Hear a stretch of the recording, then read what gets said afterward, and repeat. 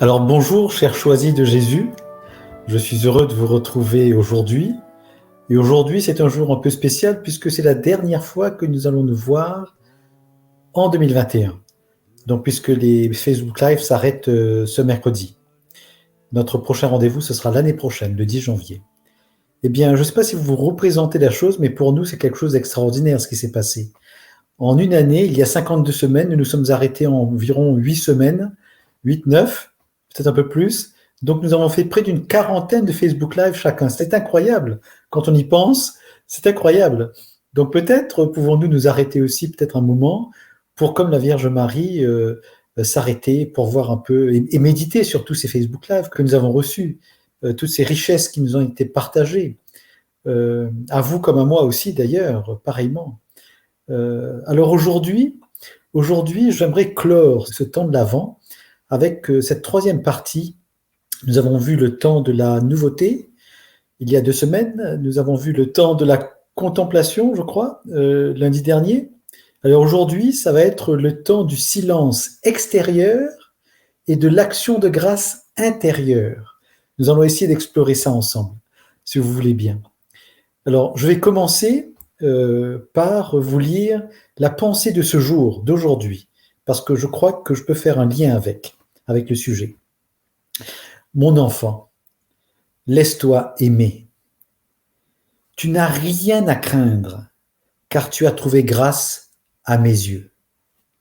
Je prends en main toutes tes affaires et toutes tes préoccupations. Voyez ? Je prends en main toutes tes affaires et toutes tes préoccupations. Déjà, c'est comme si ces affaires et ces préoccupations nous occupaient la pensée, le cœur, et du coup, Jésus les prend en main. Nous pouvons faire silence. Voilà un début de silence. Je l'ai fait mienne, nous dit Jésus. Je l'ai fait mienne parce que tu m'as tout donné. N'est-ce pas incroyable ? N'oublie jamais que je suis le Dieu de l'impossible. L'impossible. Alors voyez, si nous commençons ce Facebook Live aujourd'hui par un temps de silence intérieur, si nous nous écoutons là, pendant que moi je vais parler, peut-être s'écouter et remettre à Jésus toutes nos affaires qui nous attendent peut-être, toutes nos préoccupations, pour simplement se laisser habiter par lui. Nous tourner vers lui pour qu'il puisse nous montrer le Père, tel qu'il a toujours fait. Et puis, il nous dit que c'est le Dieu de l'impossible. Luc 1, 37, rien n'est impossible à Dieu, rappelez-vous. Rien n'est impossible à Dieu, il est le Dieu de l'impossible. L'impossible à travers le silence. Eh bien, vous voyez, j'ai identifié environ 6 silences, 6 silences autour de ces 3 premiers mystères joyeux, pour le mystère de l'Annonciation, le mystère de la Visitation et le mystère de la naissance de Jésus. Quels sont ces 6 silences ? Nous avons le silence de la Vierge Marie à l'Annonciation envers tous ses proches. L'ange Gabriel vient la visiter, elle n'en parle pas, elle garde pour elle. Il y a le silence d'Élisabeth. C'est l'ange Gabriel qui annonce à Marie la grossesse d'Élisabeth. Élisabeth, dans son vieil âge, se retrouve enceinte, elle n'en parle pas. Alors que Marie est sa cousine, elle n'en parle pas. Il y a le silence de Zacharie jusqu'à la circoncision de son fils Jean le Baptiste. Vous vous souvenez, c'était l'année où Zacharie était le prêtre, et puis il s'est fait visiter par l'ange Gabriel aussi. Il a douté, et suite à la prière qu'il avait faite pour que son épouse soit enceinte, il a douté. Il s'est retrouvé en silence jusqu'à la circoncision. Nous avons aussi le 4e silence, le silence de Marie, à son retour à Nazareth, donc après avoir visité Élisabeth, après la naissance de Jean-Baptiste, donc à son retour à Nazareth, alors qu'elle connaissait parfaitement la loi d'Israël qui permettait à Joseph de la répudier. Marie revient, elle est enceinte. Elle connaît parfaitement bien la loi d'Israël. elle prend le risque de la répudiation. Elle ne dit rien, elle garde le silence. Elle fait confiance à Dieu, qui s'occupe de toutes ses affaires, qui prend en charge toutes ses préoccupations. Il est le Dieu de l'impossible. Elle n'a pas à craindre. C'est extraordinaire quand on y pense. Il y a aussi maintenant le silence de Joseph à Nazareth, qui se préparait dans son cœur à répudier en secret Marie, mais sans l'annoncer publiquement. Alors que, comme vous le savez, en Israël, les choses se faisaient plutôt publiquement, eh bien lui, il avait décidé dans son cœur de la répudier officieusement, avec elle, directement. Et pourtant, voilà, il y a ce silence également de Joseph, intéressant à explorer aussi. Et puis enfin, le silence de Joseph et Marie à Bethléem, alors qu'ils cherchaient un logement. Tous les deux savaient que Marie portait Jésus notre Dieu. Ils n'ont rien dit. Ils sont passés de maison en maison pour demander un logement. Comme vous le savez, ils n'en ont pas trouvé, ils sont allés dans une étable. Le silence. Qu'aurions-nous fait, nous, à leur place? Je n'ose y penser. Le silence. Alors nous pouvons, je crois, y déceler 2 types de silence dans les 6 que je viens de vous proposer. Il y a le silence de la vertu théologale et il y a le silence de la vertu cardinale. Quel est ce silence de la vertu théologale? Alors, comme vous le savez, il y a 3 vertus théologales. La foi, l'espérance et la charité. Marie et Élisabeth en sont, je crois, les principaux instruments. Toutes les deux ont mis leur foi dans le Seigneur. Marie comprend qu'elle a été choisie pour être la mère du Sauveur, et Élisabeth ne se préoccupe pas de l'avenir de son enfant malgré son âge avancé. Elles ont toutes deux mis leur foi dans le Seigneur. Ensuite, toutes les deux ont mis leur espoir dans le Seigneur. Luc 1, 37, « Car rien n'est impossible à Dieu. » Rien n'est impossible à Dieu d'avoir fait de Marie la mère du Sauveur. Elle ne s'y attendait pas. Et rien n'est impossible à Dieu d'avoir permis à Élisabeth, stérile jusqu'à un âge avancé, d'être mère. Et parce qu'elle était d'un âge avancé, elle ne s'inquiétait pas tellement de l'avenir de son fils. Extraordinaire aussi. Ensuite, toutes les deux aussi ont exercé la charité envers le Seigneur. Souvent, nous pensons à la charité de nous vers les autres, ou bien du Seigneur envers nous. Mais là, il s'agit de la charité envers le Seigneur. Luc 1, 38, « Que tout m'advienne selon ta parole », tels les propos de Marie à l'ange Gabriel. Marie se laisse prendre en charge par le Seigneur pour ne contrevenir en aucune manière au plan d'amour de Dieu sur elle et ses proches. Donc, elle exerce cette charité, elle donne cette charité au Seigneur pour que le Seigneur puisse s'occuper d'elle. De la même façon que dans cette pensée du jour d'aujourd'hui, le Seigneur a envie de prendre toutes nos affaires, toutes nos préoccupations. Il a envie de s'en occuper. Allons-nous les lui donner, les lui laisser, par charité, pour lui. Et puis, il y a aussi en Luc 1, 24, « Pendant 5 mois, elle garda le secret. » Il s'agit là, telle fut la décision d'Élisabeth pour s'inscrire dans le plan d'amour de Dieu. Alors qu'elle aurait pu, on va dire, en parler partout, non, elle a gardé de ce secret. Ça mérite quand même un temps pour s'arrêter dessus, pour peut-être méditer dessus, ce silence. Peut-être pouvons-nous nous laisser surprendre par de tels silences.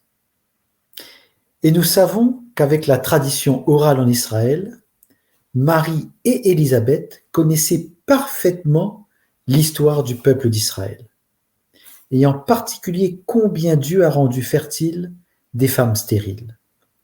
Elles étaient toutes deux pétries de cette foi dans le Seigneur, une foi sans limite, une confiance absolue, une espérance au-delà de toute espérance humaine et un amour sans cesse renouvelé dans la prière envers le Père, dans la prière au Père.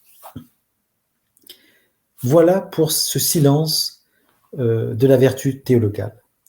Quel est maintenant ce silence de la vertu cardinale? Donc, comme vous le savez aussi, il y a 4 vertus cardinales. La force, la tempérance, la justice et la prudence. Cette fois, ce sont, je crois, Joseph et Zacharie qui en sont les principaux instruments. Tous les deux ont réagi humainement aux événements surnaturels dont ils ont été témoins. Joseph, alors qu'il est fiancé à Marie, la découvre enceinte à son retour de Nazareth après 3 mois passés auprès d'Élisabeth. Son cœur se fige, ses pensées trouvent une explication rationnelle et il décide dans son cœur de répudier Marie en secret. Vous voyez, cette première réaction de Joseph, une réaction toute humaine. Et Zacharie, quant à lui, assurant le service du culte devant Dieu, est lui aussi bouleversé devant la visite de l'ange Gabriel et devant ce qu'il lui annonce quant à sa paternité, en réponse à ses propres prières d'ailleurs. Son cœur à lui aussi se fige, ses pensées doutent, il sera réduit au silence. Tous les deux font face à un déficit de force, de vertu de force. Joseph s'est découragé devant l'évidence de la grossesse de Marie, s'est découragé un instant puisque ça lui a permis de prendre cette décision de la répudier en secret. Donc il s'est découragé devant l'évidence de la grossesse de Marie. Zacharie a manqué d'audace devant les paroles de l'ange Gabriel et laisse place au doute. Cela traduit un déficit de la vertu de force, au moins pendant un certain moment. Tous les deux aussi font face, je crois, à un déficit de la vertu de tempérance. Joseph s'enferme dans la douleur et Zacharie réagit orgueilleusement. Luc 1, 18, « Comment vais-je savoir que cela arrivera ?» pose-t-il. Comme si, pendant un moment, il s'est regardé lui, il s'est tourné vers lui, et ce qui était important, c'est qu'il le sache. Et qu'il le sache lui. Il n'a pas du tout... Ce réflexe humain, parfois, nous entraîne dans des manières, dans des comportements, des attitudes, des pensées, en fait, qui nous éloignent rapidement de Dieu. Et je crois que c'est un peu ce qui s'est passé là. Ça, le fait de s'enfermer dans la douleur ou de réagir orgueilleusement, c'est un manque de vertu de tempérance. Alors, tous les deux aussi font face, je crois, à un déficit de justice. Joseph a jugé Marie dans son cœur dès qu'il l'a vue arriver. S'il ne l'avait pas jugée, il n'aurait pas pris la décision de la répudier en secret. Donc il a posé un jugement, tout de suite, quelque part. Et comme nous l'aurions tous fait d'ailleurs. Hein. Donc on ne peut pas trop nous-mêmes juger Joseph dans cette réaction. Bien qu'il ait été complètement juste, un homme juste, hein, comme le dit la Bible. Et puis Zacharie, lui, a manqué de constance dans sa foi, comme nous venons de le dire. Alors qu'il a prié pour qu'Élisabeth devienne mère, et lui, quand il est exaucé, il met en doute la parole de Dieu.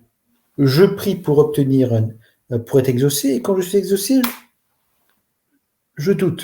Vous voyez, cette antinomie-là, parfois humainement, nous sommes comme Joseph et comme Zacharie, je crois. Et donc ceci, là, donc le fait de juger ou de manquer de constance, de mettre en doute, eh bien, c'est un manque de vertu de justice. Tous les deux aussi font face à un déficit de prudence. Joseph et Zacharie ont d'abord manqué de discernement et ont réagi guidés par leur sens, par leurs émotions premières. Devant la réaction de Zacharie et l'état de son cœur, l'amour de Dieu a pris les devants pour purifier le cœur de Zacharie en le rendant muet. Zacharie avait besoin de passer par une phase de purification. C'est la prudence divine, quelque part. Et devant ce cœur juste de Joseph, l'amour s'est manifesté à lui par des visions face auxquelles Joseph était déjà tout disposé en vérité. Donc, voyez, quand on manque de discernement, quand on se laisse dominer par nos propres sens, nos émotions, et qu'on perd le contact avec notre intelligence, notre mémoire, notre volonté rationnelle, et bien là, nous commençons à manquer de la vertu de prudence. Voilà un petit peu, j'espère que j'étais un petit peu clair par rapport à ça, que ça n'a pas été trop compliqué. Alors en résumé, j'aimerais relever 4 enseignements de ce que je viens de dire. Premier enseignement, disposons nos cœurs à la manifestation de Dieu jusque dans les plus petits détails de nos vies de tous les jours, de notre vie quotidienne. Rien qu'en pensant à cette pensée du jour d'aujourd'hui, eh bien, chaque jour, nous pourrions simplement nous laisser aimer par Dieu, se rappeler que nous avons trouvé grâce à ses yeux et que nous n'avons pas à craindre, et que nous remettons toutes nos affaires, toutes nos préoccupations entre les mains de Dieu pour qu'il les prenne en charge, pour qu'il fasse de nos affaires, de nos préoccupations, les siennes. Extraordinaire. Et rappelons-nous qu'il est le Dieu de l'impossible. Voyez, disposons nos cœurs à ce type de pensée, sans cesse. Deuxième enseignement, accueillons le plan d'amour de Dieu jusque dans les plus petits détails de nos vies. Dieu a envie de notre bonheur, ici et maintenant, bien qu'il travaille pour que nous l'obtenions éternellement, et également sur terre. Mais accueillons son plan d'amour. Son plan d'amour n'est pas le nôtre. Son regard n'est pas notre regard. Ses pensées ne sont pas les nôtres. Ses projets ne sont pas les nôtres. Il faut peut-être nous habituer à nous rappeler de ça. Peut-être donc à quelques jours là de la naissance de Jésus, demandons-lui de préparer nos cœurs, de disposer nos cœurs à sa manifestation, à sa naissance, en nous, autour de nous et à travers nous, d'une manière peut-être toute nouvelle. Accueillons son plan d'amour tel qu'il est. Après ces 2 ans de pandémie, dans la situation où nous sommes, accueillons son plan d'amour. Si nous l'accueillons, son plan d'amour va pouvoir se réaliser et transformer ce que nous aurons à vivre d'une manière nouvelle, avec peut-être une nouvelle paix, une nouvelle joie, un nouveau bonheur, tout simplement. Donnons-lui cette possibilité de se manifester dans notre vie, tout simplement. Troisième enseignement, demandons avec constance une foi pure qui permette à l'amour de nous prendre en charge dans toutes les sphères de nos vies. Demandons avec constance cela, cette foi pure. Et enfin, 4e enseignement, gardons le silence vis-à-vis de l'extérieur, à l'extérieur de nous. Pourquoi en parler? Pourquoi venir s'imposer aux autres ou imposer aux autres ce que nous sommes à vivre, à moins qu'ils le demandent? Ah, ça c'est autre chose. Ils peuvent le demander. Et puis, rendons grâce en notre fort intérieur à Dieu par amour de Jésus et de Marie. Rendons grâce pour ce que nous sommes en train de vivre. Dans le silence, le Seigneur nous utilise pour transmettre quelque chose à notre insu. Un regard, une attitude, une présence, une écoute, un sourire, enfin, bon, un mouvement de la main, voilà, enfin, je sais pas, une posture, voilà. Donc, disposons nos cœurs à la manifestation de Dieu, accueillons le plan d'amour de Dieu dans notre vie de tous les jours, demandons avec constance une foi pure, gardons le silence vis-à-vis de l'extérieur et rendons grâce en notre fort intérieur à Dieu, par amour pour Jésus et par amour pour Marie. Alors écoutons peut-être maintenant les conseils pratiques de Jésus. Message 35 du volume 3.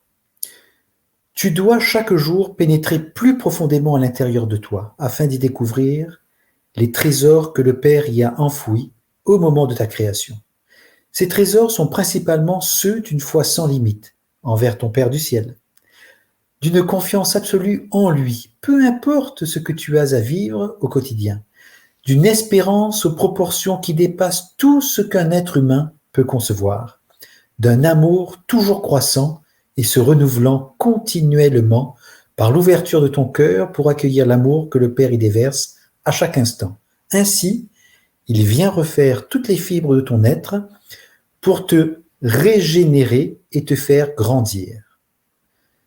Découvrir les trésors que le Père a enfouis en toi, c'est découvrir une nouvelle joie de vivre, une nouvelle paix et un nouveau bonheur que personne sur cette terre, ni aucun événement, ne peuvent te ravir. Ce que Jésus nous demande, finalement, c'est d'imiter la Vierge Marie, dans un silence extérieur et une action de grâce intérieure. Luc 2, 19, Marie, cependant, retenait tous ces événements et les méditait dans son cœur. Alors, quelles sont les 3 caractéristiques de cette attitude de silence extérieur et d'action de grâce intérieure? Eh bien, la première caractéristique, c'est la découverte. La découverte des trésors qui sont en nous et qu'il nous faut aller chercher au plus profond de nous, dans le silence. La découverte d'une nouvelle joie de vivre, d'une nouvelle paix, d'un nouveau bonheur sur cette terre. Ça, c'est la première caractéristique, la découverte. La deuxième caractéristique est le désir d'accueillir ces trésors et de se les approprier. Le désir d'une foi sans limite. Il ne suffit pas de demander une foi sans limite, il faut le désirer. C'est important de le désirer. Le désir est le point de départ. Le désir d'une foi sans limite. Le désir d'une confiance absolue. Oui, je sais qu'aujourd'hui, je manque de confiance, à chaque fois ça se répète, mais j'ai ce désir d'une confiance absolue, Seigneur, je sais que toi, tu peux le réaliser en moi. Je te le demande. Le désir d'une espérance au-delà de toute espérance humaine. Eh bien, cette espérance, parfois, elle vient nous habiter quand nous sommes à côté d'une personne qui est mourante ou qui est à l'hôpital, sous machine, vous savez. Et ben voilà, sur cette question de l'espérance, elle survient là, souvent. Mais elle peut également survenir de notre vie de tous les jours, partout. Il y a le désir aussi d'un amour croissant et renouvelé par l'ouverture de nos cœurs à l'amour de Dieu. Un amour croissant et renouvelé. Ça montre bien que cet amour doit être nourri, doit être arrosé. On doit pouvoir venir y puiser dans cet océan d'amour de Dieu. Si on ne peut pas se dire, je l'ai reçu, c'est bon, c'est fini, je vis avec. Ça ne marche pas. C'est un peu comme la parabole des talents. La troisième personne qui a enfoui son talent dans la terre et c'est un peu ça, quoi. Je reçois de l'amour, eh bien je le garde en moi, je ne le nourris pas, mais on ne sait jamais ce qui peut arriver. En fait, voilà, l'amour, on va me le retirer, tout simplement. Il faut le nourrir. La troisième caractéristique, je crois, est l'action de grâce envers les merveilles de Dieu au cœur de nos vies. L'action de grâce nous fait dire, comme Marie, en Luc 1, 38, qu'il me soit fait selon ta parole. L'action de grâce nous fait dire, comme Élisabeth, en Luc 1, 43, d'où m'est-il donné que la mère de mon Seigneur vienne jusqu'à moi? D'où m'est-il donné que le Saint-Esprit vienne habiter en moi? D'où m'est-il donné que ces personnes qui sont autour de moi viennent à moi? Avoir cette action de grâce-là, elle est importante. L'action de grâce nous fait nous exclamer comme Marie, en Luc 1, 46 et 55, vous savez, tout le Magnificat. Je ne vais pas le réciter, mais vous le connaissez. L'action de grâce nous fait aussi proclamer, comme Zacharie, en Luc 1, 68, « Béni soit le Seigneur, le Dieu d'Israël, qui visite et rachète son peuple. Béni soit le Dieu d'Israël, qui visite et me rachète. » Extraordinaire, tous les jours de ma vie, à chaque messe, dans chacun des sacrements. Enfin, je peux continuer comme ça, dans les louanges. L'action de grâce nous fait témoigner, comme les bergers, en Luc 2, 17, 18, après avoir vu, ils racontèrent ce qui leur avait été annoncé au sujet de cet enfant. Et tous ceux qui entendirent s'étonnaient de ce que leur racontaient les bergers. Il va grandir en nous de ce silence vers l'extérieur et de cette action de grâce à l'intérieur de nous. Eh bien, le Seigneur va déposer en nous la grâce du témoignage, de quelque chose que nous aurons vécu. Inutile de forcer. Les choses viendront. Les personnes seront disposées. Elles nous demanderont même de témoigner. Parfois même, nous serons inspirés parce que la discussion s'y prête, tout simplement. Mais sans chercher à forcer. Évitons. Donc voilà les effets de l'action de grâce en Luc 2,20. Les bergers repartirent, ils glorifiaient et louaient Dieu.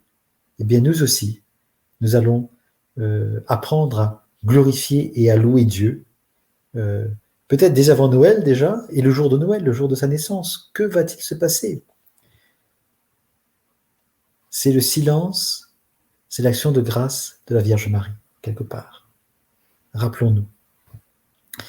Je vous propose, pour terminer ce Facebook Live, de prier, de réciter avec moi peut-être une prière. Je l'ai écrit à partir du message 168 du volume 1. Alors si vous voulez bien, nous pouvons la réciter ensemble. Doux Jésus, ouvre mon cœur, dilate mon cœur, coupe toutes les attaches que tu trouveras dans mon cœur. Comme toi, je veux aussi que mon cœur soit grand ouvert pour cette grande fête de Noël. Je te donne mes oui totaux, inconditionnels et irrévocables pour te donner la liberté d'agir dans mon cœur. Comme toi, je veux aussi que tu fasses ta demeure dans mon cœur et que moi, j'habite ton cœur. Doux Jésus, profitons de ce Noël pour débuter une alliance nouvelle entre nous, une relation authentique. Toi qui veux épouser mon âme, je te donne mon oui total, inconditionnel et irrévocable. Toi qui veux établir une union de sainteté avec moi, je te donne mon oui total, inconditionnel et irrévocable. Oui Jésus, je vis pour toi, je demeure en toi. Oui Jésus, je suis tout à toi, tu es tout à moi, et nous sommes tout à tous. Oui Jésus, j'accueille ce cadeau que tu m'offres pour Noël, cadeau que je n'aurai jamais fini de déballer et qui se déballera petit à petit à chaque fois que je ferai appel à toi et que je me placerai en ta présence, peu importe où je serai et peu importe ce que je ferai. Oui, Jésus, je verrai ce cadeau se déballer à chaque fois que tu m'utiliseras pour déverser ton amour dans le cœur d'une personne. Merci, doux Jésus.